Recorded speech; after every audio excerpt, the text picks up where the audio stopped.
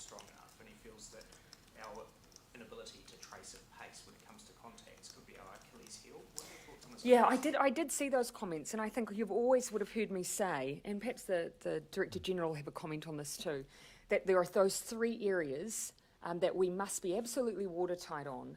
Border restrictions, where we did move faster than many other countries, and we have reaped the benefits of that.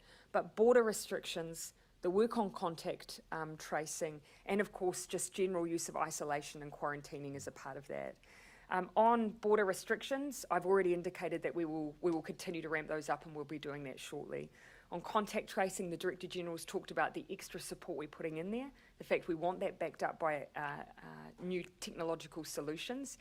And also, many of you will have heard Dr. Aisha Verrill speaking frequently about her knowledge there. The Ministry of Health is proactively bringing her in to undertake an audit of our contact tracing and give us that extra assurance that we're doing everything that we can there.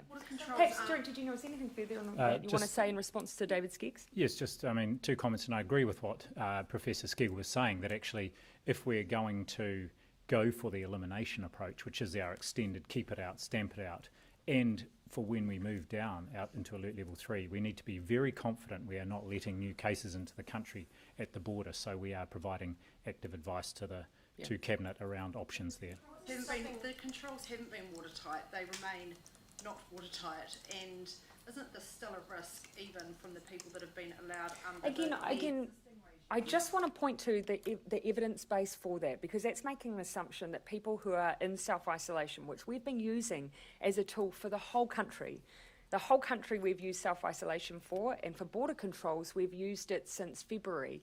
And I haven't seen to date suggestions that those individuals have been broadly flouting it and infecting people. What we've done though is leave no room for human error and leave no room for individuals to flout that, because we can't risk it going forward. So that's why we've continued to ramp up.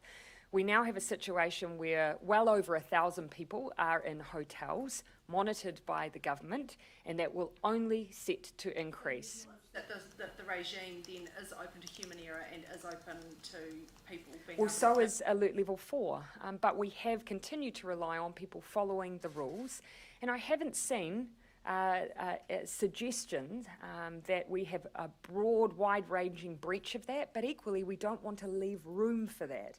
So that's why we've continued to ramp up at the border. What's stopping you from